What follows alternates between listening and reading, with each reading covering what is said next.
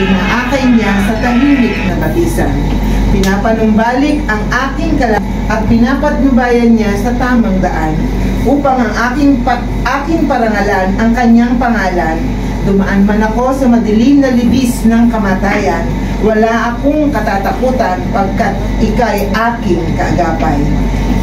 Ang tungkod mo at pamalo, aking gabay at sanggalang, ipinaghahanda mo ako ng salo-salo na nakikita pa nitong mga kalaban ko.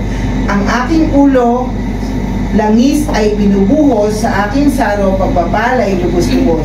Kabutihan at pag-ibig mo sa akin di magkukulang, siyang makakasama ko habang ako'y nabubuhay, magpakailanmay sa bahay ni Yahweh mananahan.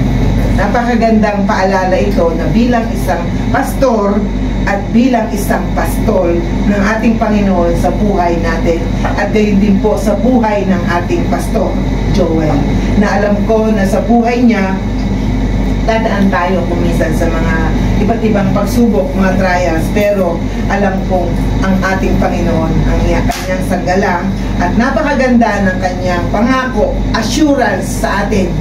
Kabutihan pag-ibig mo'y di ako magkukulang, pagkat siyang makakasama ko habang ako'y nabubuhay. Ang pastol ng ating buhay ay ating Panginoon.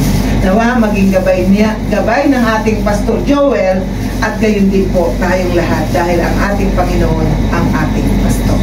Kaya po sa tanghaling ito, hayaan at ating pakikisa ng celebration sa ikailang na ba? 51 na birthday celebration. 51 ating Pastor Joel ay maranasan niya yung patuloy na ang ating pong panalangin ay mayamang pagpapala ng ating Panginoon iparana sa iyo. To you, happy birthday to you. Happy birthday, happy birthday.